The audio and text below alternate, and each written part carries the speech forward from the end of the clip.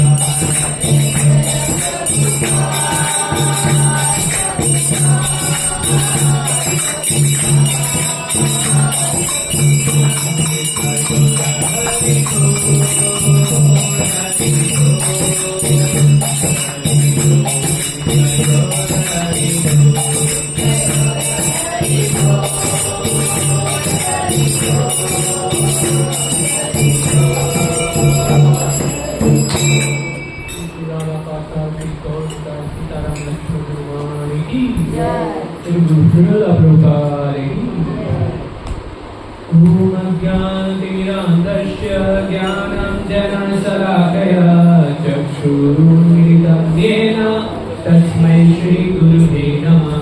श्रीचैतन्यमनोभीष्टं स्थापितं येन भूतले स्वयं रूप कदा मह्यं ददाति स्वपदान्तिकम्।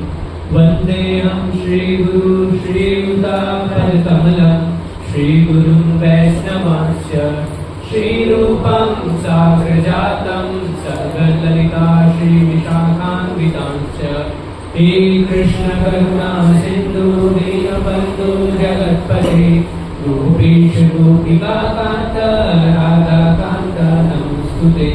तप्त काञ्चन गौराङ्गी राधे वृन्दावनेश्वरी वृषभानुसुते देवी प्रणमामि हरिप्रिये। वाञ्छाकल्पतरुभ्यश्च कृपा सिन्धुभ्यैव च पावनेभ्यो वैष्णवेभ्यो नमो नमः। जय श्री कृष्ण चैतन्य प्रभु नित्यानंद श्री अद्वैत गदाधर श्रीवासादि गौरभक्तवृन्द। हरे कृष्णा कृष्णा कृष्णा हरे हरे हरे राम राम राम हरे हरे। नमो विष्णुपादाय कृष्णपृष्ठाय भूतले श्रीमते भक्तिवेदान्त स्वामिनिधि नामिने। नमस्ते सरस्वती देवी गौरवाणी प्रचारिणे निर्विशेष शून्यवादी पाश्चात्य वेशधारिणे।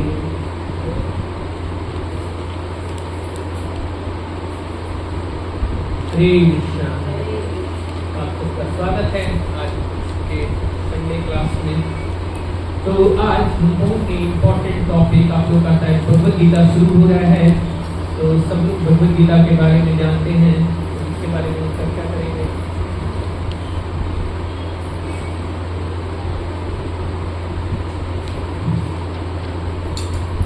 तो ये भगवद गीता है क्या? क्या है भगवद गीता? भगवान का गीत। और क्या है?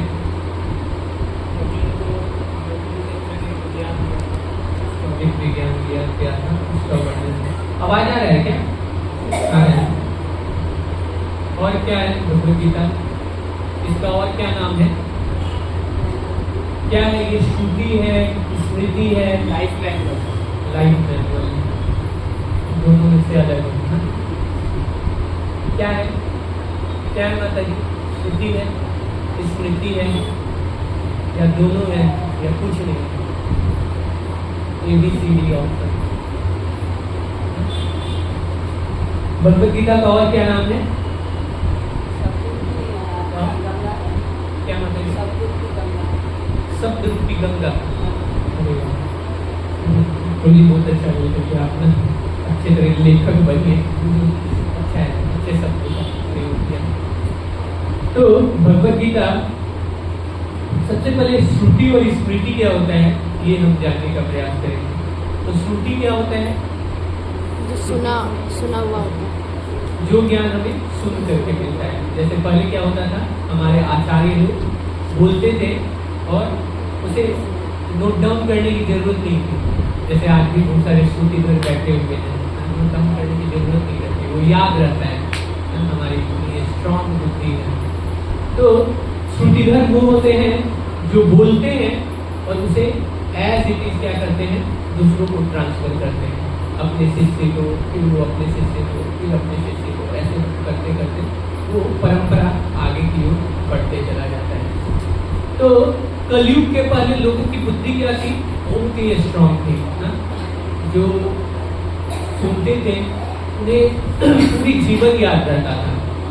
लेकिन जैसे जैसे सतयुग के बाद त्रेता आया, फिर द्वापर आया, फिर कलयुग में बताया गया है कि कलयुग की जो बुद्धि लोग कैसा है, मतहीन है लोग। कलयुग की बुद्धि बहुत ही वीक है, मंद मतयो बताया गया है कि कलयुग में जो लोग हैं वो मंदमती के हैं। आज प्रभुपाद जी का कोटेशन कितने लोगों को याद है? क्या प्रभुपाद जी बोले थे? मॉर्निंग में कितने आए थे? मॉर्निंग प्रोग्राम में क्या था माता जी? प्रभुपाद जी कुछ बोले थे? याद नहीं। तो ये है कलयुग की बुद्धि। हम सुबह में क्या सुनते हैं वो शाम में नहीं है। सुबह में जो पाए थे वो याद है ना? क्या सब पाए थे? सबको याद है? प्रसाद में क्या लिए थे? भोजन में कभी कभी हम भूल जाते हैं कौन सा सब्जी क्या बनाता है, ध्यान नहीं रहता है। तो कलयुग की ऐसी ही बुद्धि है, हमें अगले ही क्षण क्या होता है हमें याद नहीं रहता है। तो इसलिए अपने बुद्धि पर कभी भी विश्वास नहीं करना चाहिए हमें हमेशा। इसलिए वेद व्यास जी जानते थे कि आने वाले कलयुग के जो व्यक्ति होंगे ना वो बहुत ही बुद्धिमान होंगे, और साथ ही साथ और भी कुछ गुण हैं, वो बड़े ना आलसी होंगे। वो सोचते हैं सब चीज तो हो जाएगा, क्या जरूरत है इतना लिखना पढ़ना, सब चीज हो जाएगी। तो ऐसा श्रीमद् भागवत में 5000 वर्ष पहले ही वेद व्यास जी ने वर्णन किया है। जब 12वें स्कंद पढ़ेंगे तो उसमें ऐसा वर्णन किया गया है। तो वो जानते थे कि कलयुग के जो व्यक्ति हैं वो आने वाले दिनों में ना मतहीन हो जाएंगे, उनकी बुद्धि कमजोर हो जाएगी, उन्हें स्मरण नहीं रहेगा। तो इसलिए उन्होंने क्या किया, जितने भी शास्त्र थे, वेद जो था वो श्रुति था। श्रुति मतलब कि जो भगवान ने बोला है, बोल करके उनकी परंपरा से आगे चलते आ रहा है, वो श्रुति है। और भगवान ने इस ज्ञान को किसे दिया था? 4 लोगों को दिया था, ऐसा पद्म पुराण में बताया गया है। पहले जो थे वो कौन थे? ब्रह्मा जी, जैसे कि ये ब्रह्म संप्रदाय आया। दूसरे कौन थे? शिव जी, जैसे कि रुद्र संप्रदाय आया। तीसरे जो थे लक्ष्मी जी, जैसे कि श्री संप्रदाय आया। और जो चौथे थे वो 4 कुमार थे, सनत सनातन सनत सनंदन। तो ये 4 लोगों को ये ज्ञान दिया और उनसे क्या आया? कुमार संप्रदाय आया। तो ये 4 लोगों से ही आगे ये ज्ञान की परंपरा जो है, ये दिव्य ज्ञान की परंपरा आगे चलती चली गई। लेकिन समय के साथ भगवान क्या करते हैं कि समय के साथ ये ज्ञान जो था वो क्या होता है? नष्ट हो जाता है। तो फिर से भगवान 5000 वर्ष पहले अर्जुन को के माध्यम से हम सबको ये ज्ञान दिए। अर्जुन के माध्यम से यहाँ अर्जुन ऐसा कोई ये कंडीशन सोल नहीं थे कि हमें लगता है कि अर्जुन जी ना जो समस्याएं हमारी आज है ये सारी समस्याएं किनकी थी, अर्जुन की थी।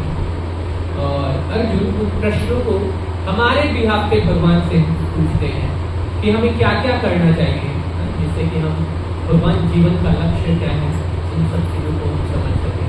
तो ये एक लाइफ मैनुअल है। तो जो ब्रह्मा जी को जो ज्ञान दिए उनसे जो ज्ञान आगे बढ़ा वो कौन सा संप्रदाय हुआ, ब्रह्म संप्रदाय। और ब्रह्म संप्रदाय में ही आगे चल करके कौन आते हैं, मध्वाचार्य आते हैं। तो इसीलिए इस संप्रदाय को आगे इसमें ऐड क्या हो जाता है, ब्रह्म मध्वा संप्रदाय। और फिर स्वयं चैतन्य महाप्रभु आते हैं और इस तरीके से गौड़िया भी आ जाते हैं और फिर इसका नाम क्या पड़ जाता है, ब्रह्म मध्वा गौड़िया संप्रदाय। तो ये जो स्पॉन है ये ब्रह्म संप्रदाय में है। हमारा संप्रदाय कौन सा है, ब्रह्म मध्वा गौड़िया संप्रदाय, ब्रह्म मध्वा गौड़िया संप्रदाय। तो हम इस संप्रदाय में हैं। और फिर आगे चल करके यही जो है ज्ञान ऐसे आचार्यों का जब आप देखेंगे लिस्ट तो इसमें 32 नंबर पे कौन आते हैं, श्रील प्रभुपाद जी आते हैं। बीच में ये ज्ञान वेद व्यास जी के बाद जो है वो मध्वाचार्य ने लिया था और मध्वाचार्य से होते होते माधवेंद्र पुरी तक आया। और माधवेंद्र पुरी इसके पहले केवल भगवान कृष्ण की उपासना होती थी, लेकिन माधवेंद्र पुरी पहले व्यक्ति थे श्रीपाद माधवेंद्र पुरी जो कि कृष्ण के साथ श्रीमती राधा रानी को इंट्रोड्यूस किया।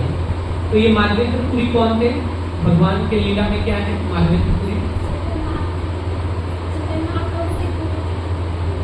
ब्रज लीला में, ब्रज लीला में क्या है,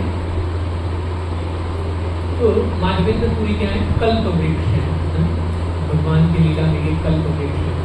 तो भगवान के धाम में बताया है चिंतामणि प्रकरम सन्मसु कल्प वृक्ष लक्षामृतेषु सुरभि अभिपालयन्तम् लक्ष्मी सहस्र सत्संभ्रमं सेव्यमानं गोविन्दमादिपुरुषं तमहं भजामि। तो ये ब्रह्मा जी बताते हैं कि भगवान के धाम में यहाँ के तरफ वृक्ष नहीं है कि कभी भी सूख जाते हैं। वहाँ के हर वृक्ष जो है वो क्या है, कल्प वृक्ष है। कल्प वृक्ष अर्थात जो आप इच्छा करेंगे वो सारे इच्छाओं को पूर्ण करने वाला है। वहाँ की हर गाय क्या है, सुरभि गाय है, क्योंकि जो हम मांगेंगे वो सारी चीजों को वो पूर्ण करते हैं। और साथ ही भगवान के यहाँ एक लक्ष्मियाँ नहीं है, हम एक लक्ष्मी के पीछे भाग रहे हैं। अगर आज कलयुग में तो हर लोग ना अगर सब चीज छोड़ दिया जाए तो वो अगर दे दिया जाए तो लक्ष्मी इधर है, जहाँ पता चलता है सब छोड़ छाड़ के भक्ति छोड़ पहले लक्ष्मी पकड़ो, लक्ष्मी को पकड़ने में लगे हुए हैं। लेकिन लक्ष्मी ऐसे सहस्त्र कोटि कोटि करोड़ करोड़ लक्ष्मियाँ जो हैं भगवान को क्या करती हैं, सेवा करती हैं। तो अगर हम कृष्ण की सेवा करते हैं तो लक्ष्मी स्वतः हमारे पास आती है। तो इस तरीके से भगवान के धाम के बारे में बताया गया है, क्योंकि चिंतामणि है, वहाँ हर चीज जो है चिन्मय है। तो ये माधवेंद्र पुरी है, ये जो कि भगवान जब देखते हैं ये ज्ञान फिर से क्या हो रहा है, नष्ट हो रहा है, तो अपने कभी कभी भगवान को स्वयं आना पड़ता है और कभी कभी भगवान क्या करते हैं, अपने शुद्ध भक्तों को भेजते हैं जिनके माध्यम से क्या हो सके, ज्ञान फिर से प्रचारित हो सके। तो स्वयं माधवेंद्र पुरी पाद आते हैं और वो आकर के क्या करते हैं, फिर से ये गौड़िया संप्रदाय की स्थापना करते हैं। और उनके शिष्य कौन होते हैं माधवेंद्र पुरी के, ईश्वर पुरी। और ईश्वर पुरी के शिष्य कौन होते हैं, चैतन्य महाप्रभु होते हैं। तो क्योंकि ईश्वर पुरी शुद्ध भक्त थे जो कि अपनी गुरु की इतनी अच्छी तरीके से सेवा की थी, तो उनसे प्रसन्न होकर के चैतन्य महाप्रभु ने क्या किया, अपना गुरु जो है ये जो श्रीमद पुरी है इन्हें बनाने को सोचा। तो इसलिए हमें क्या करना चाहिए, वैष्णव सेवा जो है बहुत ही महत्वपूर्ण है। हम अगर बहुत अच्छी तरीके से किसी भी वैष्णव की सेवा करते हैं तो साक्षात भगवान इससे प्रसन्न हो जाते हैं। इसलिए पद्म पुराण में भी बताते हैं कि सारी पूजाओं में, सारी उपासनाओं में ये कौन बता रहा है, शिव जी बता रहे हैं। किसे, पार्वती देवी को बता रहे हैं कि देवी सारी उपासनाओं में जो सर्वश्रेष्ठ उपासना है वो किनकी किसकी है? भगवान हरि की। विष्णु की उपासना जो है वो सर्वश्रेष्ठ उपासना है, लेकिन इनसे भी सर्वश्रेष्ठ क्या है? इनके तदीय वस्तु की उपासना, अर्थात जो इनके शुद्ध भक्त हैं वैष्णवों की जब हम उपासना करते हैं तो ये विष्णु को भी प्रसन्न करने वाला होता है। तो इस तरह से भगवान बताते हैं कि हमें वैष्णव सेवा करना चाहिए, ब्राह्मणों की सेवा। इसीलिए भगवान को दो चीज बहुत ही महत्वपूर्ण है, भगवान अत्यधिक प्रिय है, और वो क्या है? ब्राह्मण और गौ। इसलिए भगवान का जो मंत्र है, सब लोग बोलिए, नमो ब्राह्मणाय देवाय, नमो ब्राह्मणाय देवाय, गो ब्राह्मणाय हिताय च, ब्राह्मणाय हिताय च, जगद्दिताय कृष्णाय, जगद्दिताय कृष्णाय, गोविंदाय नमो नमः। गोविंदाय नमो नमः। तो भगवान को जो गाय है और वैष्णव है वो अत्यधिक प्रिय है। तो हम अगर इन लोगों की सेवा करते हैं तो इससे भगवान अत्यधिक प्रसन्न होते हैं, जो कि भगवान अपने द्वारका लीला में भी भगवान ये कर करके दिखाते हैं। जब प्रातः काल ब्रह्म मुहूर्त में भगवान उठते थे, स्नान ये सब करने के बाद क्या करते थे? वो यज्ञ करते थे, मेडिटेशन करते थे। इसलिए हम लोग को भी मेडिटेशन करना चाहिए। तो उनका मेडिटेशन किस लिए होता था? अपने भक्तों के बारे में चिंतन करते थे। लेकिन भक्त लोग क्या करते हैं? भगवान का चिंतन करना चाहिए। इसलिए हर लोगों को सुबह उठ करके ब्रह्म मुहूर्त में क्या करना चाहिए? हरि नाम लेना चाहिए। हरे कृष्णा कृष्णा कृष्णा हरे हरे, हरे राम राम राम हरे। फिर यज्ञ करने के बाद क्या करते थे? गौदान करते थे। फिर ब्राह्मणों की सेवा करते थे, ब्राह्मणों को गाय दान करते थे, गौ की सेवा करते थे, अपने माता पिता की सेवा करते थे। और उसके बाद वो जो नित्य कर्म होता था, डेली का जो उनकी लाइफ का जो वर्क होता था वो करते थे। तो हमारा भी जीवन ऐसा ही होना चाहिए। तो ये आगे चलकर के चैतन्य महाप्रभु आते हैं। चैतन्य महाप्रभु इस ज्ञान को किसे देते हैं? सठ गोस्वामी को देखते हैं, जो हमारे देखिए अल्टर में ना 6 गोस्वामी है, राइट साइड में जो है वो 6 गोस्वामी है। कौन कौन है ये 6 गोस्वामी? रूप गोस्वामी, रूप गोस्वामी, सनातन गोस्वामी, रघुनाथ भट्ट गोस्वामी, रघुनाथ दास, रघुनाथ जीव दास गोस्वामी, जीव गोस्वामी और गोपाल भट्ट गोस्वामी। तो ये 6 गोस्वामी हैं जिन्होंने ये वृंदावन धाम की क्या किया? खोज किया।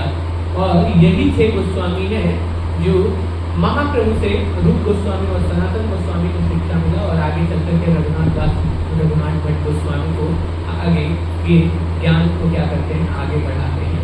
और फिर इसके बाद जो है वो नरोत्तम दास ठाकुर आते हैं, और फिर उनके बाद जो है कृष्णदास कविराज गोस्वामी आते हैं, और फिर उसके बाद जो है कृष्णदास कविराज गोस्वामी, नरोत्तम दास ठाकुर, और फिर बलदेव विद्याभूषण आते हैं, जिनको कि प्रभुपाद जी आगे भगवद गीता उनको डेडिकेट भी करते हैं। और बलदेव विद्याभूषण के समकक्ष कौन है? जगन्नाथ दास बाबा जी महाराज। तो जगन्नाथ दास बाबा जी महाराज सेकेंड साइड में देखेंगे तो हमारे गुरु परंपरा है। जगन्नाथ दास बाबा जी महाराज, उनके शिष्य कौन हुए? भक्ति विनोद ठाकुर श्रील प्रभुपाद। फिर भक्ति विनोद ठाकुर के जो शिष्य हुए गौर कृष्णदास बाबा जी महाराज, और उनके बाद श्रील भक्ति सिद्धांत सरस्वती श्रील प्रभुपाद, और अंतिम में जो है अभय शरणारविंद भक्ति वेदांत स्वामी श्रील प्रभुपाद, जो कि इस्कॉन के फाउंडर आचार्य हैं। और इस तरीके से ये परंपरा से हमें ये जो भगवद गीता का ज्ञान है वो हमें मिल रहा है। तो वैसे ही श्री संप्रदाय में भी जो है पहले जो ये ज्ञान मिलता है वो लक्ष्मी जी को मिलता है, और फिर रामानुजाचार्य उनके आचार्य हैं, और उनके माध्यम से आगे ज्ञान मिलता है। वैसे ही रुद्र संप्रदाय में शिव जी को मिलता है, और शिव जी के बाद किनको मिलता है? उनके आचार्य कौन है? विष्णु स्वामी। विष्णु स्वामी के माध्यम से आगे ज्ञान बढ़ता है। और ऐसे ही कुमार संप्रदाय में जो 4 कुमार को भगवान से ज्ञान मिलता है, और उसके बाद किसे मिलता है? निम्बार्काचार्य। निम्बार्काचार्य को मिलता है, और यही निम्बार्काचार्य से आगे कुमार संप्रदाय चलता है। तो इस तरीके से ये भगवद गीता का जो ज्ञान है वो लोगों को दिया गया, हम सब तक पहुंच पाया। तो वास्तव में ये भगवद गीता जो है ये क्या है? ये एक मैनुअल है। जैसे आप कोई भी मोबाइल खरीदते हैं भी आप इलेक्ट्रॉनिक डिवाइस खरीदते हैं तो उन सब के साथ क्या होता है, हमें मैनुअल मिलता है कि इससे इस उपकरण को, इस डिवाइस को कैसे हमें चलाना है। तो उसी तरीके से ये जीवन भी है, ये मनुष्य जीवन है, तो इसका एक मैनुअल भगवान ने दिया, क्योंकि जानते थे कि ये लोग तो अपने जीवन को अपने मन से करेगा। भगवान क्या कहते हैं, मन मना को मत करो, लेकिन मन मना को छोड़ करके मन से ही, मतलब अपने मन से करना है। ये लोगों ने इसका निष्कर्ष निकाल दिया कि भगवान क्या कर रहे हैं, अपने मन से करो। तो इस तरीके से हम अपने मन से करने लगेंगे, इसीलिए भगवान ने ये मैनुअल दिया कि हम इसे पढ़ करके, इसे जान करके हम क्या कर सकें, जीवन के लक्ष्य को समझ सकें कि जीवन का लक्ष्य क्या है, हम कौन हैं, हमारे आसपास का ये जो वातावरण है कैसे बना है, क्या गुण है, कैसे कार्य करता है, मृत्यु क्या होता है, मृत्यु के बाद क्या होता है, फिर हमें क्या ऐसे ही ये जीवन चलते रहेगा या इससे बाहर भी निकलेंगे, क्या कुछ शाश्वत जीवन भी होता है। तो इन सब के बारे में जो चर्चा है ये श्रीमद् भगवद गीता में दिया गया है। तो भगवद गीता ऐसे 5000 से भी ज्यादा संस्करण है, लेकिन प्रभुपाद जी का ये Bhagavad Gita as it is है। तो भगवद गीता इतने सारे लोग थे, तो इसका एक नाम क्या है, गीतोपनिषद। तो ये उपनिषद भी है, ये श्रुति भी है, और क्या है, स्मृति भी है। तो स्मृति किसे कहते हैं, जो लिखा गया है, और श्रुति किसे बोलते हैं, जो भगवान ने बोला है। तो भगवद गीता ऐसा ज्ञान है जिसे भगवान बोले भी हैं और ये लिखे भी गए हैं, वेद द्वारा संकलित किए गए हैं। तो ये श्रुति भी है और स्मृति भी है, ये दोनों है भगवद गीता। और भगवद गीता बताया जाता है हर आचार्यों ने, केवल ऐसा नहीं कि सिर्फ इस्कॉन में ही बोल रहे हैं कि आप भगवद गीता को पढ़िए, नहीं, इवन शंकराचार्य हो, किसी भी आप अलग अलग फिलॉसफी, अलग अलग दर्शन है, इनके आचार्यों ने भी इसका क्या किया है, गुणगान किया है। कि भगवद गीता जैसे मध्वाचार्य हो, रामानुजाचार्य हो, शंकराचार्य हो, सबने बोला है कि ये भगवद गीता क्या है, ये सर्वोत्कृष्ट ग्रंथ है, और कलयुग के लोगों के लिए ये सारे सारों जो शास्त्र हैं उसका क्या है, निचोड़ है। क्योंकि जानते हैं कलयुग के लोग ना ज्यादा पढ़ने में इंटरेस्टेड नहीं रहते हैं, तो उन्हें सारे वेदों उपनिषदों का सार जो है भगवान ने क्या किया, 700 श्लोकों में, भगवद गीता में कितने श्लोक हैं, 700 श्लोक हैं, 700 श्लोक में भगवान ने सारे ज्ञान को दे दिए। और कितने अध्याय हैं, 18 अध्याय हैं। 18 अध्याय में भगवान ने इन सारे ज्ञान को अर्जुन के माध्यम से दिया है। तो ये इसमें बताया जाता है कि भगवद गीता ये गंगा नदी के समान है। जैसे आप जब गंगा नदी में जाते, गंगा नदी का क्या क्या खासियत क्या है,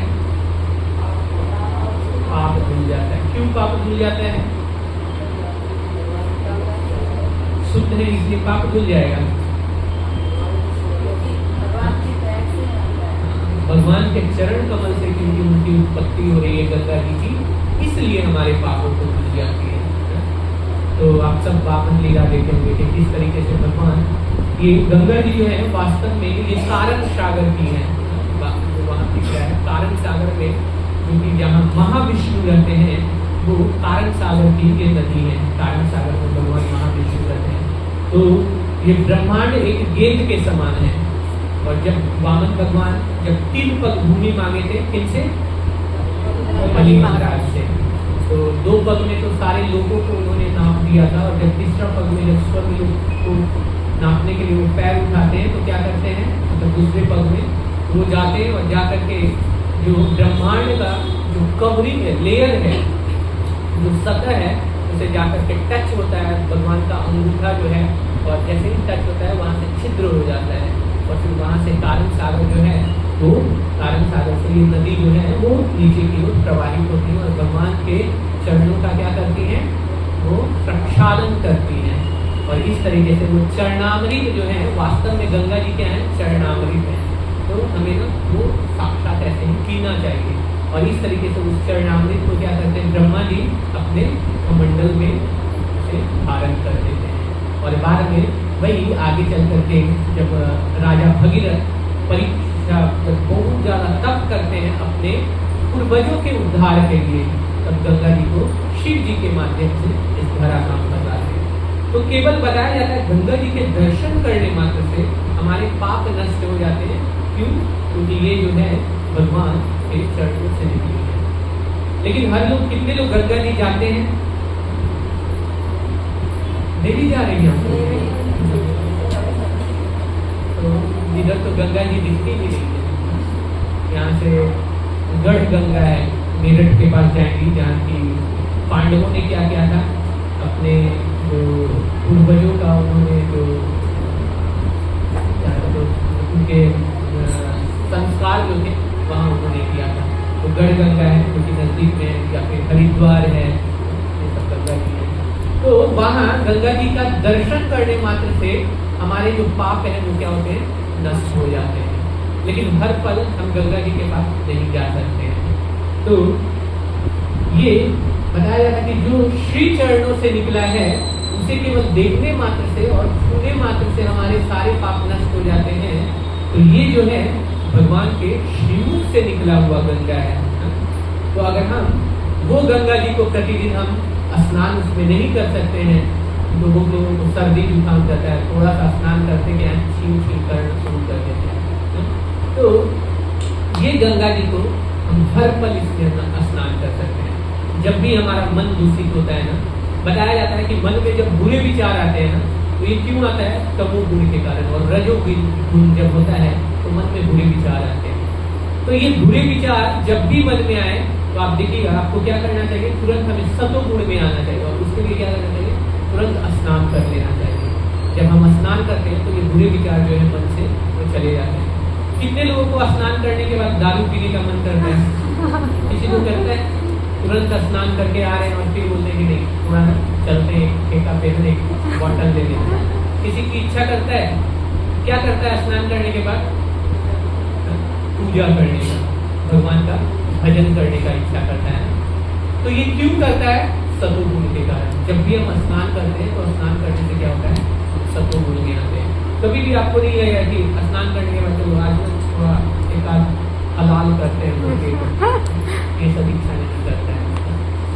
तो जब हम स्नान करते हैं तो ये जो बुरे विचार हैं ये चले जाते हैं। तो ये हम हर पल नहीं कर सकते हैं, लेकिन ये ज्ञान रूपी गंगा में हम हर पल डुबकी लगा सकते हैं। इसलिए बताया जाता है कि ये जो गंगा जी है वो क्या है? 1000 गुना क्या है?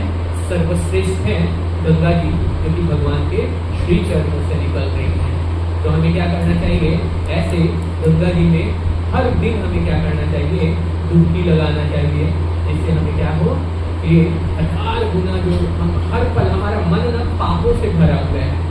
ये एक जन्म का पाप नहीं है, कई जन्म से हम पाप करते आ रहे हैं। और यही पाप जो है हमारे जीवन में इस तरीके से गांठ करके बैठा हुआ है ना, कि हमेशा गलत विचार नहीं आते हैं। भगवान के पास बहुत ही कम आने की इच्छा करता है, या 24 घंटा में आप देखेंगे बहुत कम समय होता है कि हम भगवान का स्मरण करने का हमें इच्छा करता है। ज्यादातर इच्छा क्या करता है? अपने इंद्रियों को कैसे तृप्त करें। अरे आजकल गर्मी बहुत ज्यादा हो रहा है तो AC ले लेते हैं, कूलर ले लेते हैं, फैन ले लेते हैं। लेकिन कभी किसी को विचार आया कि भगवान को बहुत गर्मी लग रहा है, थोड़ा AC भगवान के रूम में लगाते हैं।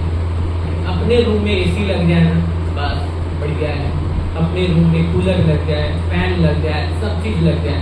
लेकिन भगवान के लिए कभी भी हमारा इच्छा नहीं करती है। लेकिन माधवेंद्र पुरी कहते हैं, उन्हें भगवान की चिंता होती है। शुद्ध भक्तों को भगवान की चिंता होती है कि भगवान को गर्मी न लगे। इसलिए हम लोग अभी क्या करते हैं? चंदन लगाते हैं। कितने लोग चंदन लगा रहे हैं भगवान को? डेली लगा रहे हैं। माता जी नहीं लगा रही, क्यों? भगवान को आप सोचें कि कूलिंग इफेक्ट AC में रखी हुई है क्या? तो भगवान को अभी ना चंदन लगाना चाहिए। अभी 21 दिन चंदन यात्रा चल रहा है, इस समय बहुत ज्यादा गर्मी होती है, तो हमें हर दिन भगवान को क्या करना चाहिए? चंदन लगाना चाहिए। चंदन लगाने से भगवान को शीतलता मिलता है। तो इस तरीके से भगवान ने ये मैनुअल हमें दिया है, जिससे कि हम हर पल क्या कर सकते हैं? इसका आस्वादन करके अपने जीवन को चरितार्थ कर सकते हैं। और ये मैनुअल किसे? पशु पक्षी पढ़ सकता है। देखिए कि हाँ कोई कुत्ता बैठ करके भगवद गीता लिए हुए और गली में चौराहे पर पढ़ रहा है, कुत्ता नहीं पढ़ सकता है, पशु पक्षी नहीं पढ़ सकता है। तो ये मैनुअल किसके लिए है? हमारे लिए। क्योंकि ये मैनुअल क्यों हमारे लिए है? क्योंकि ये जो है ये कर्म योनि है। पशु पक्षी या देवी देवता का जो योनि है ये क्या है? भोग योनि है। वो लोगों को अपने अपने कर्मों के अनुसार उन्हें क्या मिला है? उनको फल भुगत रहे हैं वो लोग। लेकिन मनुष्य जीवन ऐसा है जिसमें कि हम जो कर्म करेंगे उसके अनुसार हमें क्या मिलेगा? अगला जीवन मिलने वाला है। जैसे आप जंक्शन जानते हैं, रेलवे जंक्शन जानते हैं, जंक्शन पे क्या होता है? बहुत सारी ट्रेनें ना अलग अलग डायरेक्शन से आता है और वहां पे आकर के मिलता है। अब जैसे दिल्ली जंक्शन है तो यहाँ से आप मुंबई भी जा सकते हैं, बिहार भी जा सकते हैं, कोलकाता भी जा सकते हैं, जहाँ जाना है वहां जा सकते हैं। तो वैसे ही ये मनुष्य जीवन क्या है? ये एक जंक्शन है। तो इस जंक्शन से आप क्या कर सकते हैं?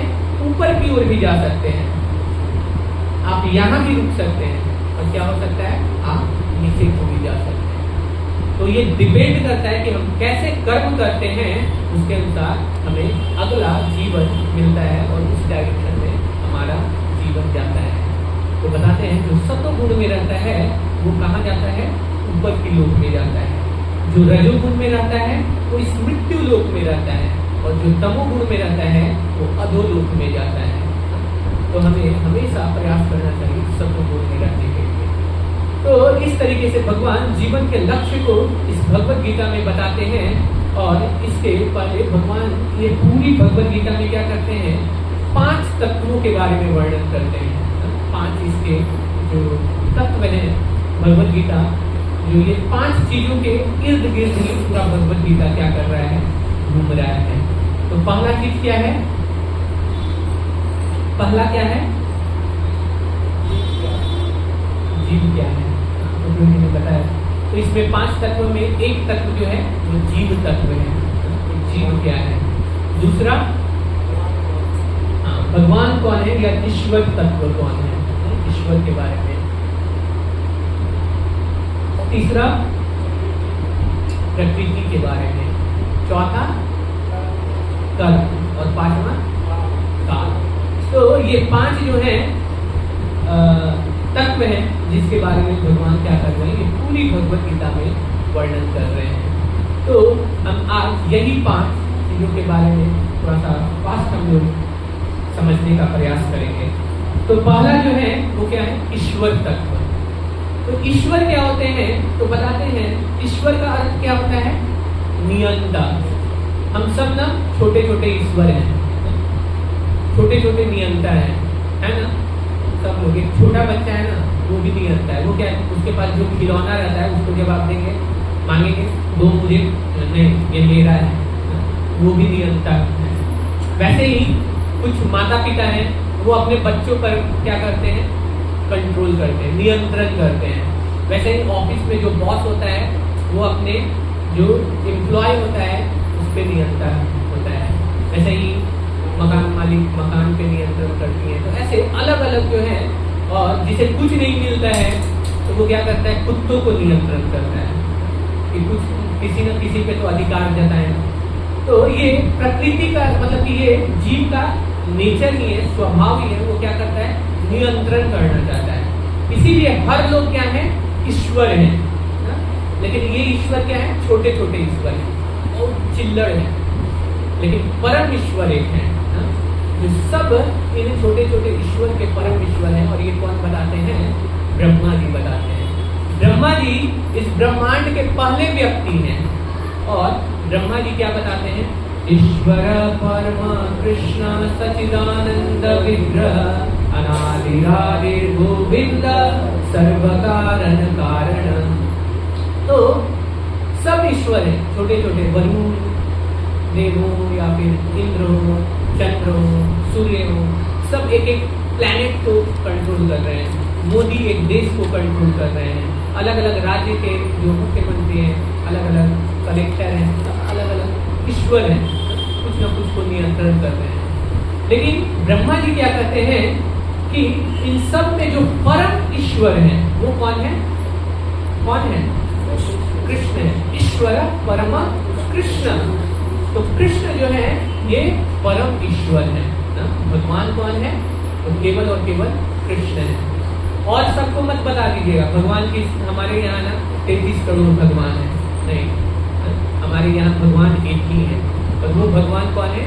केवल और केवल कृष्ण है। भगवान का अर्थ क्या होता है? भक्त जुड़वान। जैसे धनवान होता है, जो धन को धारण करता है वो धनवान, बल को धारण करता है बलवान, वैसे जो 6 ऐश्वर्य को एक साथ धारण करता है वही भगवान है।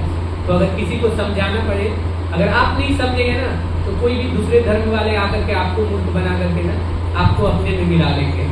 तो आप न मिले इसलिए जानना जरूरी है। तो भगवान कौन है? कृष्ण है। क्यों भगवान है? क्योंकि उनके पास ही 6 ऐश्वर्य है। 6 ऐश्वर्य क्या? अत्यधिक सुंदर। सबसे ज्यादा सुंदर कौन है? कृष्ण है ना। कृष्ण सर्व आकर्षक है, कोई भी देखता है ना देखते ही मोहित हो जाता है। इवन मदन जो है, भगवान का एक नाम क्या है? मदन। मदन कौन है? कामदेव। इस भौतिक संसार में जो हमारा आकर्षण है ना ये कामदेव के कारण है। तो उनको भी ये आकर्षित कर लेते हैं, इसलिए इनका नाम क्या है? मदन है। लेकिन एक है जो इनको भी आकर्षित कर देते हैं, वो कौन है? मदन मोहन मोहिनी। वो है श्रीमती राधा रानी। श्रीमती राधा रानी की जय। तो ये जो ईश्वर है वो कौन है? कृष्ण है। तो इनका पहला गुण क्या है?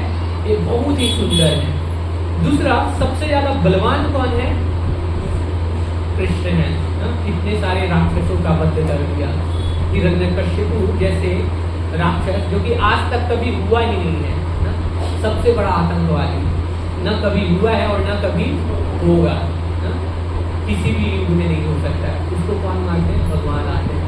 देख रहे हैं हिरण्यकश्यपु के लिए स्वयं नरसिंह भगवान है। सबसे ज्यादा बलशाली कौन है? भगवान कृष्ण है। सबसे ज्यादा धनी कौन है? कृष्ण ना। यहाँ लखपति होते हैं, करोड़पति होते हैं, लेकिन लक्ष्मीपति तो एक ही हो सकते हैं ना? तो हम लोग को इतना ये नहीं करना चाहिए। लक्ष्मीपति कौन है? कृष्ण है। अभी बताया, लक्ष्मी सहस्त्र सत संभ्रमम सेव्यमान। वैकुंठ में एक लक्ष्मियां होती हैं, लेकिन गोलोक वृंदावन में हर गोपी जो है वो अपने आप में लक्ष्मी है। इवन महालक्ष्मी को भी गोलोक में एंट्री नहीं मिल पाता है, इसलिए आज भी वो, आप जब बेल बन जाएंगे तो वहाँ क्या कर रही है? तपस्या कर रही है ताकि भगवान का संग मिल सके। तो तीसरा गुण क्या है? सबसे ज्यादा धनी होना चाहिए। चौथा गुण क्या है? सबसे ज्यादा जो है ज्ञान होना चाहिए। तो सबसे ज्यादा ज्ञान किसके पास है? भगवान के पास। उन्होंने भगवत गीता दिया, भागवतम दिया, वेद दिया। तेरे ब्रह्म हृदय आदि कवये सूर्य। ये सारा ज्ञान ब्रह्मा जी के हृदय में जो प्रकाशित हुआ वो पहले व्यक्ति उनको किसने दिया? भगवान कृष्ण ने दिया। पांचवा जो है जो सबसे ज्यादा प्रसिद्ध है, फेम है, विद्यमान है, तो कौन है वो? भगवान कृष्ण। आज भगवान नरसिंह को प्रकट हुए सतयुग में हुए थे। सतयुग कितने साल का था? 17 लाख वर्षों का। और उसके बाद 13 लाख वर्ष, और फिर उसके बाद 8 लाख वर्ष, मतलब लगभग 30-32 लाख वर्ष समाप्त हो गए। लेकिन अभी भी नरसिंह भगवान की गाथाओं को हम लोग सुन रहे हैं। तो सबसे ज्यादा प्रसिद्धि किसकी है? भगवान की। फिर छठा क्या है? सबसे ज्यादा कौन? वैरागी कौन है? तो कौन वैरागी है? कृष्ण है ना। जब सोचिए इतने प्रेम था अपने माता पिता से, तो 11 साल की उम्र में उन्हें क्या किया गया? वृंदावन छोड़ दिए। फिर जब द्वारका मिला तो द्वारका छोड़, ये मथुरा मिला, मथुरा छोड़ दिए। फिर द्वारका, फिर सुदामा गए तो उन्हें 3 मुट्ठी चावल में पूरा लोक ही दे दिया। अपना घर भी बोले कि तुम ये भी ले लो, लेकिन लक्ष्मी जी रोक देती है। फिर आपका तो आप कहीं भी रह लेंगे, आप भक्तों के हृदय में रहते हैं। तुम्हारा सदा तुम्हारा हृदय सदा गोविंद विश्राम। कि जो वैष्णव होते हैं उनके हृदय में तो गोविंद रहते हैं, लेकिन मैं कहाँ रहूंगी?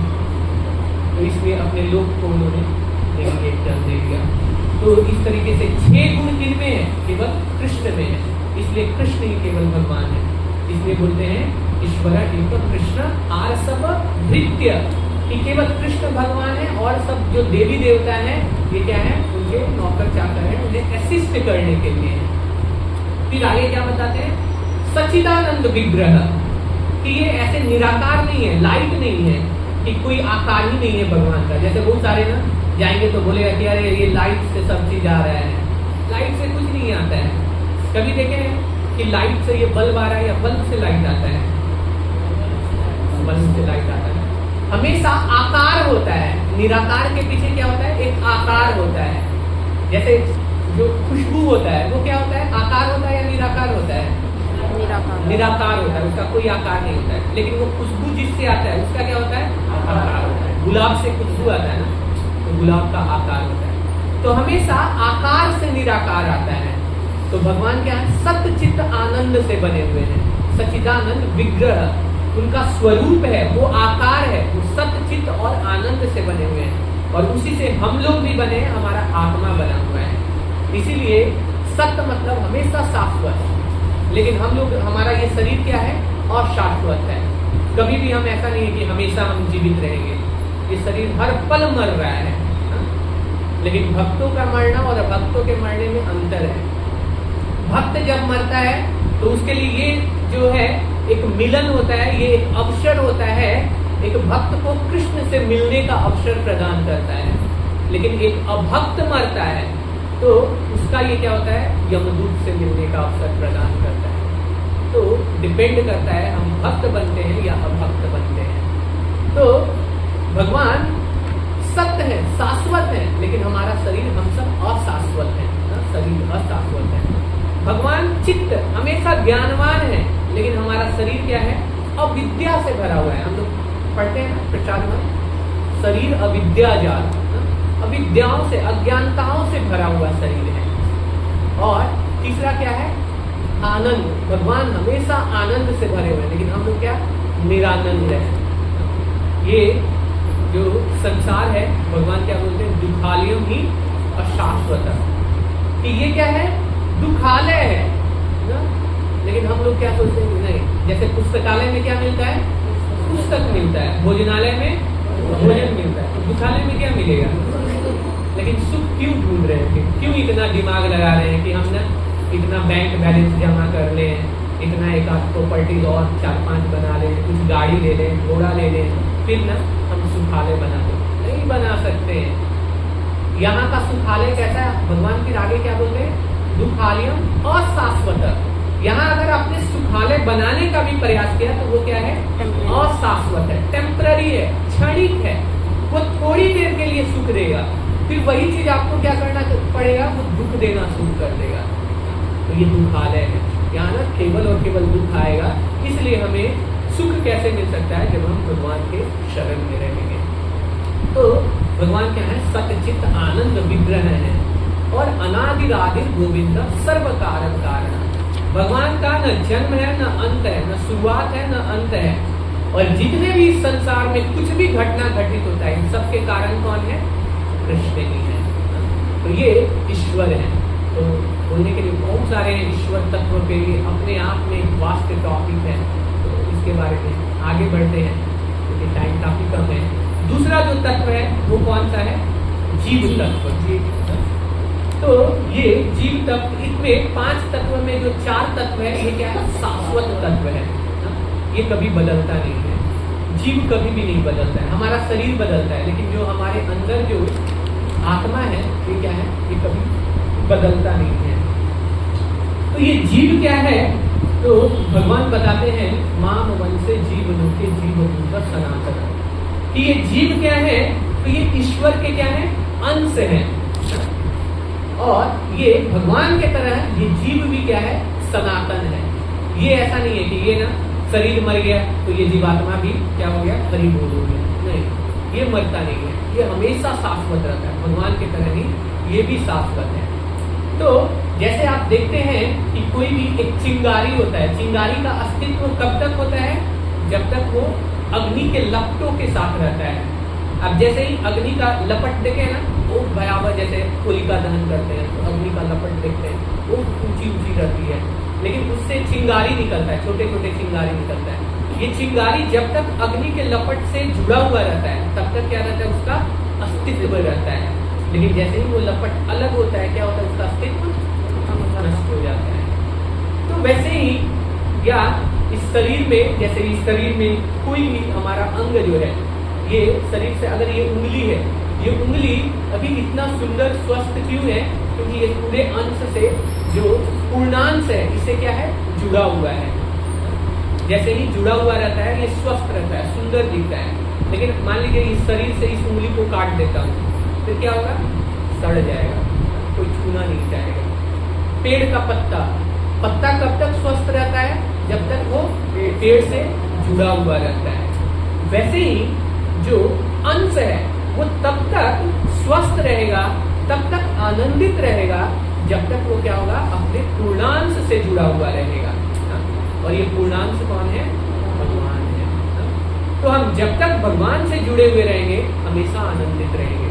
इसलिए आप आचार्यों को देखेंगे, जैसे माधवेंद्र पुरी हो गया, अभी हमारे रिसेंट परम पूज्य गोपाल कृष्ण गोस्वामी महाराज, हमारे जो गुरु महाराज थे, इतनी उम्र होने के बावजूद भी ना कभी भी दुखी नहीं देखते थे, हमेशा प्रसन्न चित्त रहते थे। क्यों रहते थे? क्योंकि वो हर पल भगवान से जुड़े हुए रहते थे। आप खुद आनंद फील करेंगे। आप जब यहाँ आएंगे ना, तो आपको उतना दुख का अनुभव नहीं होगा। लेकिन आप इस मंदिर से जैसे ही बाहर कदम रखेंगे ना, सारी दुनिया का ना चिंता सताना शुरू हो जाएगा। अरे अभी दूध आया या नहीं, प्रसाद बना या नहीं, रोटी होगा या नहीं, गर्मी इतनी है, सारा चीज ना दिमाग में आना शुरू हो जाता है। क्योंकि भगवान के धाम में दुख नहीं है। तो हम भगवान से जुड़े रहते हैं। एक जो पेड़ में जब हम जड़ में जल देते हैं, तो पूरा पेड़ जो है वो हरा भरा रहता है। वैसे ही जो ये जीवांश है, जब पूर्णांश से जुड़ा हुआ रहेगा, हमेशा क्या रहेगा, हरा भरा रहेगा। तो हम लोग को क्या करना चाहिए, हमेशा इसका एक ही उद्देश्य है, ये जीव का, जीव के बारे में बताया जाता है। तो जीव का जो स्वरूप है वो क्या है, नित्य कृष्णदास। जीवेर स्वरूप है नित्य कृष्णदास। कि कृष्ण का दास होना ही ये जीव का स्वरूप है। हम जितना ज्यादा भगवान की सेवा में लगे रहेंगे, उतना ज्यादा हम क्या रहेंगे, आनंदित रहेंगे। लेकिन जैसे ही हम सोचेंगे कि हम इंडिपेंडेंट होकर के ना हम क्या करें, आजादी मनाएं, मतलब कि खुशी मनाएं, अपने खुश रह सकते हैं। जैसे एक बच्चा है, छोटा बच्चा, वो ना संसार में क्या करता है, वो आप देखेंगे छोटे में, आप सब भी जब छोटे बच्चे होंगे तो लोगों को ना छोटे छोटे मिट्टी के खिलौने दिए जाते थे। देखते थे कि अरे मम्मी ये सब क्या कर रही है, घर में खाना बना रही है, तो मुझे भी बनाना है। बोले नहीं नहीं, मुझे भी क्या करना है, मुझे भी तुम्हारी तरह ना रोटी बनाना है, चावल बनाना है, मेरा अपना घर रहना चाहिए। तो बेटा ये तुम्हारे लिए नहीं है, जब बड़े होंगे तो तुम भी ये करना। लेकिन वो नहीं नहीं, मेरा अपना घर होना चाहिए। तो क्या करती है मम्मी, प्लास्टिक का खिलौना ला करके उसे दे देती है। उसमें सारा चीज़ रहता है, बर्तन रहता है, चूल्हा रहता है, सब चीज़ रहता है, घर भी रहता है, हर चीज़ रहता है। लेकिन थोड़ी देर बाद जब खेलना जब समाप्त हो जाता है, जब शाम होता है और पेट में जब चूहा कूदना शुरू होता है, तो फिर किसकी याद आती है, मम्मी की याद आती है। तो जब मम्मी मम्मी अब ना भूख लगी है, तो मम्मी क्या बोलते हैं, बेटा तुम्हारे पास है तो चूल्हे हैं, बर्तन हैं, बना लो। तो क्या बना पाएगा, नहीं बना पाएगा।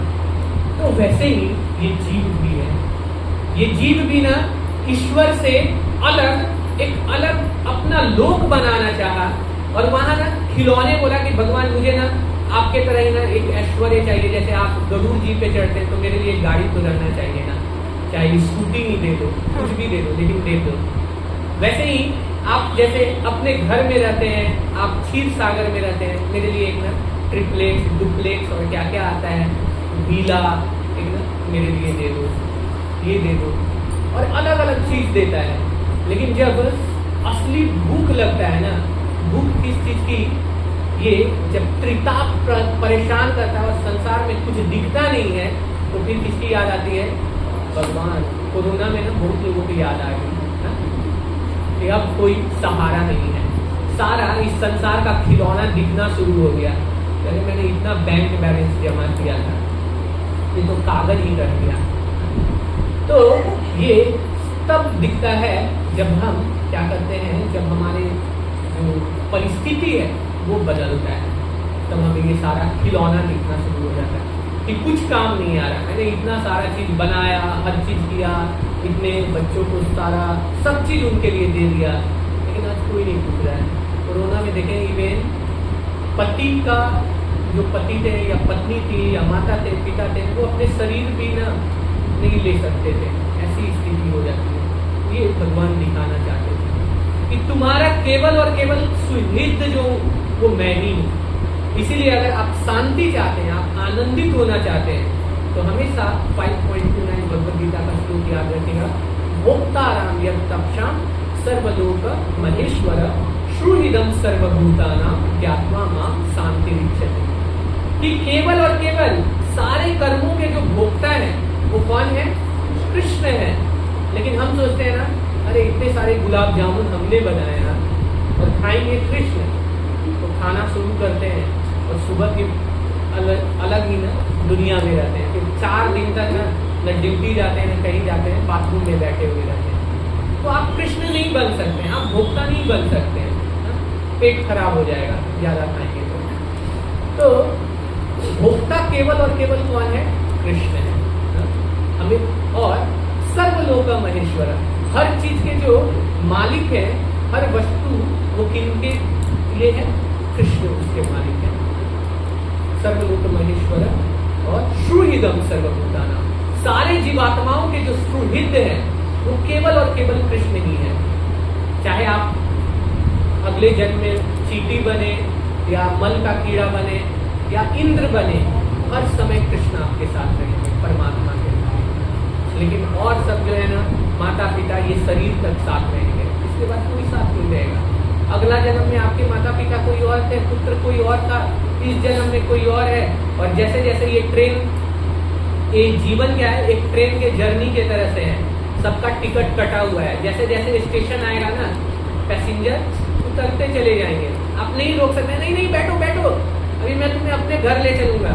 नहीं, महामूर्ख हो गया, मेरा स्टेशन यहाँ है, मेरा घर यहाँ है और तुम मुझे अपने घर कहाँ ले जाओगे? तो वैसे नहीं, हमारे परिजन भी हैं, हमारे आसपास के लोग भी हैं, जिनका जब टिकट कटना है, जिनका स्टेशन आ गया, उनको उतरना ही पड़ेगा।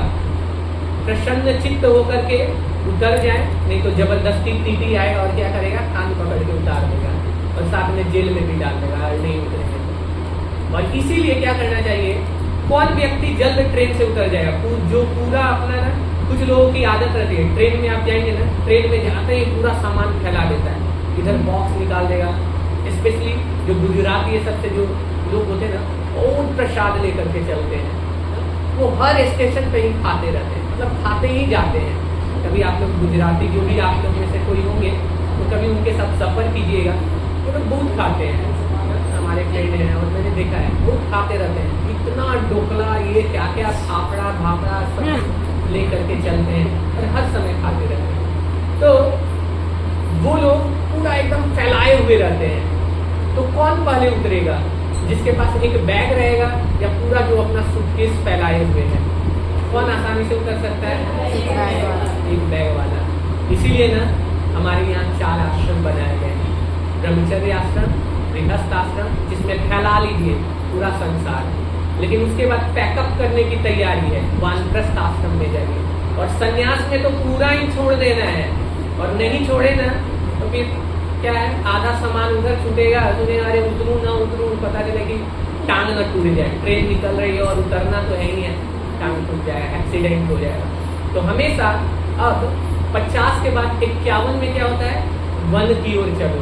इसलिए भगवान ने ऐसा नंबर भी बताया, 50 के बाद ना समेटना शुरू कर देंगे। इस युग में तो 50 भी बहुत है, 50 भी पार करना ना, लोगों की 50 संन्यास आश्रम कितने लोगों का बन जाता है।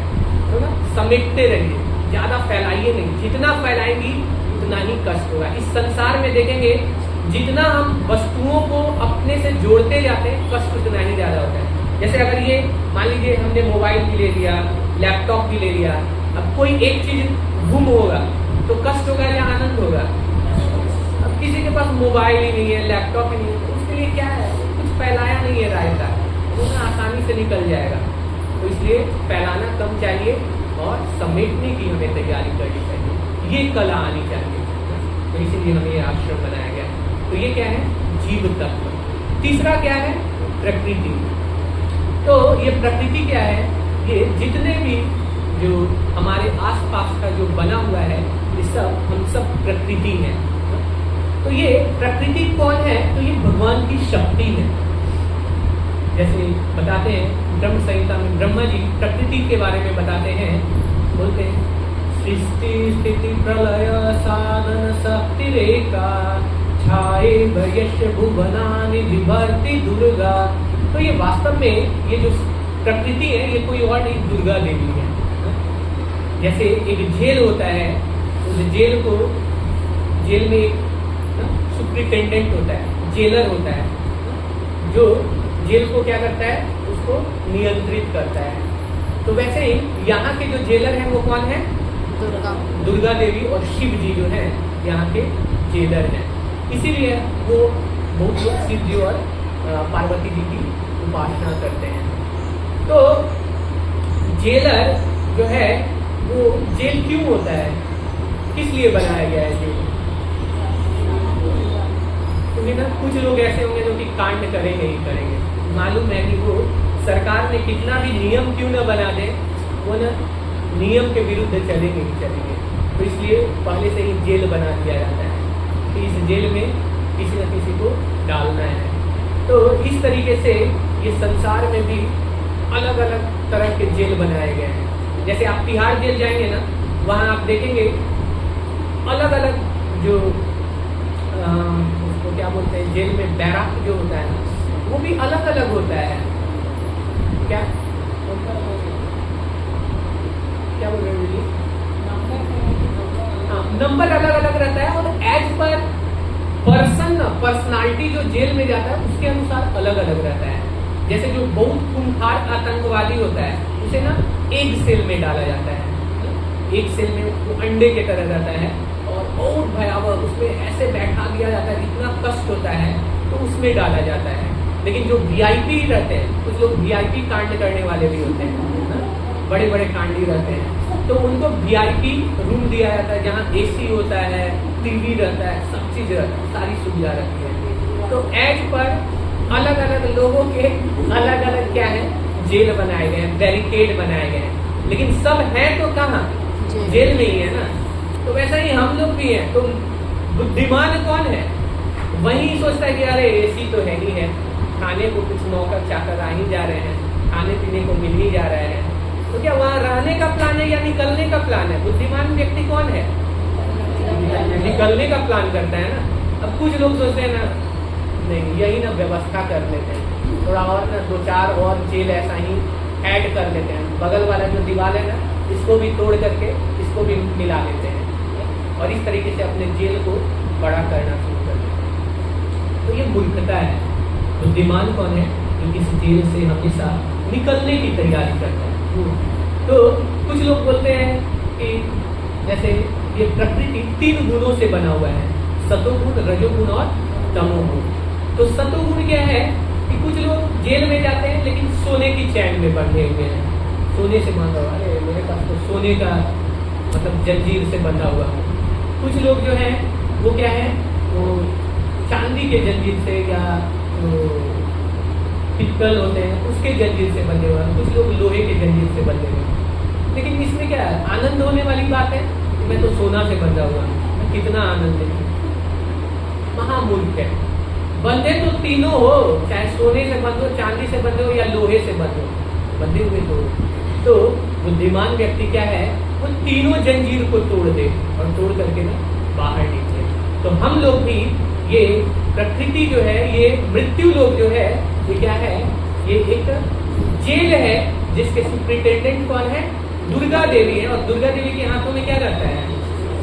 त्रिशूल रहता है। और ये त्रिशूल में 3 शूल होते हैं। 3 शूल क्या होते हैं? ये 3 ताप होते हैं। पहला ताप क्या होता है? आदि दैविक। आदि दैविक ताप क्या होता है? जो देवताओं द्वारा कष्ट दिया जाता है। जैसे कि अभी सूर्य देव कितना आनंद दे रहे हैं सब लोगों को, तो ये आनंद जानबूझ करके दे रहे हैं कि महामूर्ख निकल जाओ यहाँ से, नहीं तो जला डालूंगा। लेकिन हम लोग बोले नहीं नहीं, थोड़ा एसी ना 2-4 और एसी लगा लेते हैं, लेकिन रहेंगे तो यही रहेंगे। तो ये कितना भी आप आनंदित हो लीजिए, कभी पानी ही नहीं आया। लाडोसराय में तो हमेशा कुछ ना कुछ पानी ही नहीं आया। ये दिल्ली का ही, अभी दिल्ली में देखिए पानी की कितनी, तो हमें लगता है ना कि ये केजरीवाल की गलती है। अरे उसकी गलती नहीं है, वरुण देव ही नहीं दे रहे हैं, वो टोटी बंद कर दिए हैं कि अधर्मी लोग, तुम लोग को निकलने के लिए यहाँ से मैं ये कष्ट दे रहा हूँ, तुम और यहाँ बॉटल पे बॉटल ला करके पी रहे हो। तो व्यवस्था नहीं करना है, निकलने की तैयारी करना है। तो ये देवताओं के द्वारा कष्ट दिया जाता है। फिर ऐसे ही दूसरा जो कष्ट होता है वो कौन देते हैं? आदि भौतिक कष्ट। आदि भौतिक कष्ट कौन होते हैं? हमारे आस पास वाले देते हैं। कभी पड़ोसी देंगे, अरे इतना तेजी से बजाते हो, तुम्हें समझ नहीं आता, सुबह सुबह सोने का समय है, ये लोग ना मंगल आरती करना शुरू कर देता है, तो वो कष्ट देंगे। या कभी अपने फैमिली रिलेटिव वाले कष्ट देंगे। अब ये लोग ना अलग ही हो गया है, कुछ करना तो है नहीं, परिवार ये सबसे तो है नहीं, तो वो अलग अलग कष्ट देंगे, ताना देंगे। कभी बॉस अलग बोलेगा कि ये हरे कृष्णा में जाने के बाद ना इसकी दुनिया ही अलग होती है। तो इस तरीके से आगे भौतिक, या कभी मच्छर कष्ट देगा। और कोरोना का कष्ट तो सबने सहा है, डेंगू का अलग अलग कष्ट है। तो ये जानबूझ करके भगवान दे रहे हैं कि अब तो निकल जाओ मेरे बाबा, 2019 में आ चुका है, अभी फिर आने वाला है, अब तो तैयारी करो। लेकिन अभी भी कुछ लोग ना एकदम खुट्टा बांधे हुए, मैं तो यही रहूँगा, चाहे कुछ भी हो जाए, चाहे ब्रह्मा जी को अर्ध प्रलय क्यों न लाना पड़े, तब तक यही रहूँगा। तो इसलिए ये कष्ट होता है। और तीसरा कष्ट क्या देते हैं दुर्गा देवी? आध्यात्मिक कष्ट। तो आध्यात्मिक कष्ट से सब पीड़ित है। वो क्या होता है? या तो मन से या शरीर से जो कष्ट दिया जाता है।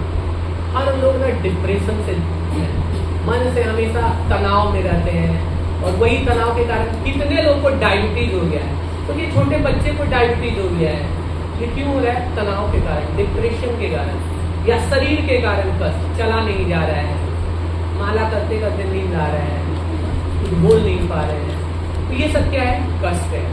तो ये जानबूझ करके ये 3 कष्ट दिया जाता है कि सुधरो और निकलो। लेकिन हम लोग ना रहेंगे तो यहीं रहेंगे तो ढको। तो इसलिए क्या करना है? हमें बाहर निकलना है। तो ये तीसरा था प्रकृति। तो प्रकृति कौन है? ये दुर्गा देवी है। और ये हमेशा बताते हैं देवी हमेशा गुणमयी मम माया दुरंत्या, ये बहुत ही भयावह है दुर्गा देवी। लेकिन क्या बोलते हैं आगे? माम एव ये प्रपद्यन्ते माया रेतांतरन्ते, कि लेकिन तुम जब मेरे शरण में आ जाओगे, किसके शरण में? कृष्ण के शरण में, तो ये माया तुम्हें थोड़ा भी परेशान नहीं करेगी। और नहीं आओगे तो ये त्रिताप दे देकर के ना, जब तक यहाँ से भागेंगे नहीं तब तक ये कष्ट दिया है। तो यहाँ से निकलना है। तो ये तीसरा था प्रकृति। चौथा क्या है? काल। तो काल जो है ये समय का सूचक है, और ये भी भगवान की शक्ति है। तो काल वास्तव में भगवान भगवद गीता में कहते हैं कि मैं 2 तरह से आता हूँ। अगर भक्त है तो मैं साक्षात एक कृष्ण बन करके, भगवान बन करके आता हूँ और उसे ले करके जाता हूँ। लेकिन अभक्त जो है, जो मेरे पास नहीं आता है, जो मुझसे ईर्ष्या करता है, तो मैं क्या बन करके आता हूँ? काल बन करके आता हूँ। और फिर उसे क्या करता हूँ? ग्रसित कर लेता हूँ। लेकिन भगवान के धाम में एक बार जो चला जाता है, भगवान बोलते हैं न तद्भास्य तो सूर्यो न शशांको न पावक यद गत्वा न निवर्तन्ते तद्धामं परमं मम, कि जो मेरे धाम में एक बार आ जाता है वहां कभी भी ये काल का प्रभाव नहीं होता है, फिर दोबारा कोई कष्ट नहीं होगा, वहां शाश्वत जीवन मिलेगा, आनंदमय जीवन मिलेगा। तो ना हमें ये भगवान अपना भयावह रूप के रूप में हमारे समक्ष न आए, काल बन करके न आए। जैसे आपने भगवद गीता का, इसमें तो नहीं है, आप विश्व रूप में आप देखे होंगे, जो पुराने वाले भगवद गीता है उसमें भगवान बहुत ही भयावह दिखते हैं। और वो क्या, सबको क्या कर रहे हैं? अपने दांतों के बीच चबाए जा रहे हैं, उनके कुछ लोगों के मुख से अग्नि निकल रहा है। तो इस तरीके से भगवान काल बन करके आते हैं। तो पहले ही सरेंडर कर दीजिए। जो बुद्धिमान है ना, तो भगवान में पहले ही समर्पित हो, जैसे ले चलना है ले चलो। लेकिन जो नहीं समर्पित करते हैं, बोलते हैं कि नहीं अभी ना मैं इंजॉय करूंगा, कृष्ण बनूंगा, तो भगवान काल बन करके आते हैं और उसे ग्रास कर लेते हैं और ये छोड़ करके चले जाते हैं। तो बुद्धिमान वो है जो अपने आप छोड़ दे। और पांचवा जो है वो क्या है? कर्म। तो ये चार चीज कभी नहीं बदलते हैं, न ईश्वर बदलते हैं, न प्रकृति बदलती है, न जीव बदलते हैं, और ना ही ये काल बदलता है। लेकिन ये कर्म जो है, ये कर्म क्या है? ये हमेशा बदलते रहता है। तो ये क्यों बदलता है? क्योंकि बहुत लोग क्या करते हैं? गलती करते हैं, पाप करते हैं, जो शास्त्रों के अनुसार कर्म नहीं करते हैं, तो उन्हें क्या किया जाता है? नरक लोक में भेज दिया जाता है। लेकिन अब उन्होंने भुगत लिया तो अब उनका भी तो उद्धार होना चाहिए ना। ऐसा तो ही है कि जो बदमाश है वो कभी सुधर नहीं सकता है, नहीं, वो अच्छा कर्म कर सकता है। तो फिर वो अगर अच्छा कर्म करता है तो अच्छा कर्म करके वो पुनः फिर क्या कर सकता है? भगवान के धाम को जा सकता है। तो इसीलिए ये कर्म जो है ये परिवर्तित होते रहता है। और कर्म जो होता है ये तीन प्रकार के होते हैं। पहला कर्म क्या होता है? सकर्म।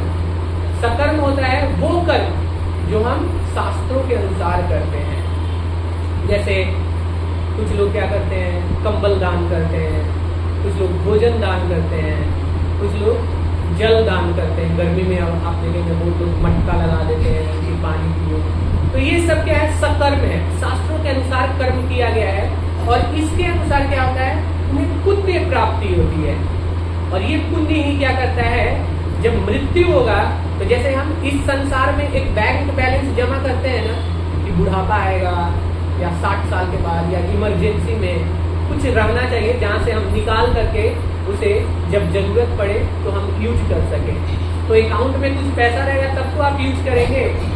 तो वैसे ही जैसे इस संसार में आप अकाउंट की चिंता करते हैं और अकाउंट में कुछ पैसा जमा करते हैं, वैसे ही जब मृत्यु होता है तो उस समय भी एक स्पिरिचुअल अकाउंट होता है। जैसे यहाँ मटेरियल अकाउंट होता है, बैंक में हमारा बैलेंस होता है, वैसे ही एक स्पिरिचुअल अकाउंट होता है। और ये स्पिरिचुअल अकाउंट क्या है? हमारे कर्म से, ये अकाउंट से ये पैसा जमा होता है। तो अगर हम कुछ अच्छा कर्म करते हैं तो ये स्पिरिचुअल अकाउंट मृत्यु के बाद आपको काम आता है। मृत्यु के बाद यही अकाउंट में अगर आपके पास धन होगा तो आपको क्या? विमान में ले जाया जाएगा। और पैसा नहीं रहेगा तो यमदूत घसीटते हुए ले जाएंगे। तो देख लीजिए, जैसे यहाँ भी इस संसार में क्या है? पैसा रहता है तो ओला कर लेते हैं या अपना BMW ले लेते हैं। लेकिन पैसा नहीं रहता है तो क्या? धूप में अपना ही भगवान ने जो दे रखा है उसी से चलते हैं। लेकिन वैसे ही स्पिरिचुअल अकाउंट भी है। जब हमारा स्पिरिचुअल अकाउंट में पूरा धन भरा हुआ है, और वो धन क्या है? हरे कृष्णा कृष्णा कृष्णा हरे हरे, हरे राम राम राम। तो अगर ये धन आपने भर रखा है, इसीलिए महाप्रभु क्या बोलते थे कि मैं केवल लखपति के घर जाता हूँ। तो लखपति ये खोखा वाला नहीं, वो लखपति क्या? नाम के जो है, जो 1 लाख नाम लेते हैं उनके यहाँ भगवान जाते हैं। यानी जो 64 माला करते हैं, तो 64 माला अगर आप करेंगे तो महाप्रभु आपके यहाँ आएंगे। तो ये स्पिरिचुअल अकाउंट अगर आप भरेंगे तब भगवान आपके पास जाएंगे, अदरवाइज ना भगवान नहीं जाएंगे। तो जैसे इस संसार में अगर हमारे पास पैसा नहीं रहता है तो हमें इस गर्मी में भी क्या करना पड़ता है? अभी ये ज्यादा गर्मी नहीं है, 50 डिग्री 52 डिग्री दिल्ली में अभी पहुंचा है। लेकिन जब यमदूत ले जाता है ना, वो 1000 डिग्री टेम्परेचर से भी भयावह रहता है उस गर्मी में ना। और यहाँ तो पूरा एकदम छाता ले लेते हैं, या कुछ नहीं तो कभी चप्पल उप्पल तो रहता ही है, कम से कम शरीर पे कुछ कपड़ा तो रहता ही है। हाँ, कुछ कपड़ा नहीं रहेगा। हाँ? और ऊपर से और क्या रहता है? एक लोहे के जंजीर से खींच करके ले जाया जाएगा। तो ये एज पर आपका अकाउंट क्या है, अकाउंट में कितना रोकड़ा है ना, उस पर ये काम होता है। अगर रोकड़ा भरा हुआ है तो आपके लिए विमान आएगा, और विमान में आराम से बैठा है, माता जी आइए बैठिए, और फिर आराम से ले चला जाएगा, AC रूम में ले चला जाएगा। लेकिन देखे कि नालायक वहाँ इतना अकाउंट भरा और यहाँ कुछ भरा ही नहीं है, तो चलो तुम्हारे लिए ना यमदूत लेकर के जाते हैं। और ऊपर से आजकल के बाल बच्चे ने देखते हैं 13 दिन का हमारे यहाँ कर्म होता है, लेकिन आज नालायक इतने संस्कारहीन हो गए हैं, 5 दिन में ही निपटा देते हैं। देखिए, और भी अब ना 3 दिन में हो गए। और कुछ लोग तो इतने नालायक होते हैं कि वो पंडित को पैसा दे देते हैं और बोलते हैं पंडित जी आप ही ना निपटा दीजिए। अब ऐसे लोगों को क्या लगता है, यमदूत जो आते हैं ना, वो किनके भरोसे आते हैं? क्लाइंट के ऊपर, कि आज मेरा जो क्लाइंट मेरे साथ है ना, इसके संस्कारी बच्चे होंगे, कुछ खाने पीने को देंगे। तो अगर संस्कारी रहते हैं, कुछ खाने पीने को दान पुण्य करते हैं, तब तो उनसे अच्छा से, क्योंकि उनका भोजन उन्हीं से आता है। ये इतना लंबा जो सफर तय करते हैं, तो ये भोजन उनसे मिलता है। लेकिन आजकल के तो संस्कार हम दे नहीं रहे हैं बच्चों को, बस मूवी देखो, दारू पियो, सिगरेट पियो, यही फैशन की दुनिया में हम सब संस्कार भुला दिए हैं। तो वो बोलते हैं कि एक तो मैं इतना तुम्हारे लिए आया इतना दूर से ले जाने के लिए, और कुछ खिला नहीं रहा है, तो और ऊपर से ना मतलब चाबुक लिए रहते हैं, दे चाबुक ना, बेचारे की हालत ऐसे ही खराब हो जाती है। तो अभी आपके पास समय है, इस स्पिरिचुअल अकाउंट को ज़्यादा से ज़्यादा भरिए। मटेरियल अकाउंट तो भरिए, इसका कोई भरोसा नहीं है कि आप कितने साथ रख सकता है, लेकिन ये स्पिरिचुअल अकाउंट हमेशा साथ रहेगा। तो ये होता है सकर्म। वैसे ही विकर्म होता है, जो शास्त्रों के विरुद्ध कार्य करते हैं। तो विरुद्ध कार्य करेंगे तो आपको क्या, नीचे के योनि आपको प्राप्त होगा। और तीसरा जो है वो क्या है, अकर्म।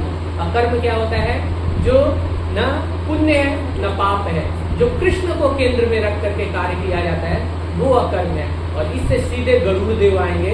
और तुकाराम महाराज, जो महाराष्ट्र में बहुत बड़े संत थे, उनके लिए साक्षात गरुड़ देव आते हैं। और गरुड़ देव आते हैं और बोलते हैं, तुकाराम महाराज आप चलिए, आपको ना भगवान ने बुलाया है। तो वो बोलते हैं कि चलो मैं अकेले कैसे जाऊँगा, मेरी पत्नी है, बच्चे, इन लोगों को भी साथ ले लेता हूँ। तो जाइए, ऐसे वो जाएंगे तो नहीं। तो उनको जाकर के एक बार पूछ लीजिए। तो जाते हैं और जाकर बोलते हैं, भाग्यवान चलती हो? भाग्यवान कहाँ, मूवी देखने का शौक है तो अभी कहाँ हो जाएंगे? बोले नहीं, मैं कहाँ जाऊँगा, ये गाय को कौन देखेगा, भैंस को कौन देखेगा, ये बच्चों को कौन देखेगा, इनका अभी शादी विवाह है, सारा चीज़ें देखना है, तो आप जाइए, मैं बाद में आऊँगी। तो इस तरीके से तुकाराम महाराज जो है वो अकेले भगवान के नाम जाते हैं। तो अगर आप भी ये स्पिरिचुअल अकाउंट कृष्ण को केंद्र में रख करके कार्य करते हैं, तो आपका स्पिरिचुअल अकाउंट भरा हुआ रहेगा। और तब गरुड़ देव आप सबके लिए आएंगे और फिर सीधे हम सबको भगवान के धाम ले जाएंगे। हरे कृष्णा। जगत प्रभुपाद की। तो बहुत आसान है, प्रभुपाद जी ने हमें 4 चीज करने को बोला है, वही कीजिए, उससे आपका स्पिरिचुअल अकाउंट पूरी तरीके से भर जाएगा। और 4 चीज क्या है, वो 4 नियम है। नो मीट ईटिंग, किसी तरह का मांसाहार कोई न करे, लहसुन प्याज छोड़ दें और भगवान को भोग लगा करके खाएं, तब आप पाप नहीं खा रहे हैं, फिर आप प्रसाद खाइए। दूसरा, नो इंटॉक्सिकेशन, किसी तरह का कोई बीड़ी सिगरेट तंबाकू कुछ मत लीजिए। तीसरा, नो इलिसिट से कोई अवैध संबंध नहीं होना चाहिए। चौथा, किसी तरह का कोई जुआ सट्टा ड्रीम 11 में मत पड़िए, स्टॉक मार्केट में मत पड़िए। और 5वां, 16 माला प्रतिदिन भगवान का नाम जप कीजिए। हरे कृष्णा कृष्णा कृष्णा हरे हरे राम राम राम। फिर प्रभुपाद जी आएंगे और आपका हाथ पकड़ेंगे और बोलेंगे, पुत्र अब चलो, गोलोक में कृष्ण तुम्हें याद कर रहे हैं। तो ये नियम लीजिए। चलो श्रील प्रभुपाद की।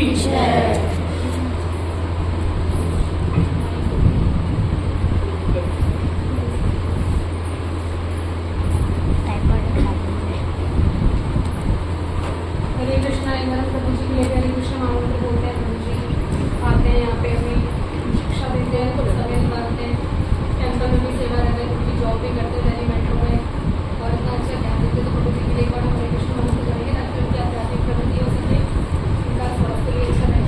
हरे कृष्णा कृष्णा कृष्णा हरे हरे हरे राम राम राम हरे। तो एक्टिविटी टाइम, और आज तो फायर होगा। आप सब में से कितने लोग श्रुतिधर हैं? श्रुतिधर समझते हैं क्या होता है? जो सुन के याद कर लेते हैं। तो मुझे लगता है सारे श्रुतिधर है, क्योंकि किसी के पास कॉपी पेन नहीं है। कितने लोगों के पास कॉपी पेन नहीं है? हाथ उठाइए। यानी कि सारी माताएं क्या है? श्रुतिधर है। सुन के याद हो गया था? अब आज कोई ग्रुप एक्टिविटी नहीं होगी, आज 1 to 1 क्वेश्चन आंसर होगा। आज मैंने सारे नोट्स बनाए हैं, तो मैं पूछूंगी एक एक करके, किसी से भी रैंडमली बताइए क्या सुना। मेरा भी टेस्ट होगा, पता चलेगा मैंने भी क्या सुना। स्टार्टिंग में तो मेरा मिस हो गया था क्योंकि मैं टेम्पल थी तो टेम्पल से आते थे मैं खुद ही लेट हो गई थी। फिर जितना सुना उसी में से पूछती हूँ। Are you ready for rapid fire round? कितने लोग रेडी हैं? अच्छा प्रभु जी कितने पीछे क्यों बैठते हैं? आगे बैठने में डर लगता है। देखिए माताएं कितनी अच्छी हैं, सारे आगे से बैठना स्टार्ट करते हैं। अच्छे बच्चे कहाँ बैठते हैं? आगे। देखिए ये दोनों प्रभु जी के आगे बैठे। अगली बार से कहाँ बैठेंगे आप लोग? आगे। या बीच में देवता लोग हैं ना? देवता लोग हैं क्या कोई इनविजिबल जो दिखाई नहीं दे रहे? अच्छा तो मैं सबसे पहले क्वेश्चन पूछूंगी कि माता जी से पूछूंगी, या तो आप खुद बताइए कि हम बताएंगे आंसर, या मैं एक एक करके पूछूंगी किसी ना किसी से। मेरी वीडियो बनाना एक्टिविटी की, ठीक है? अलग से वीडियो बना लो। रिपोर्ट जो आती है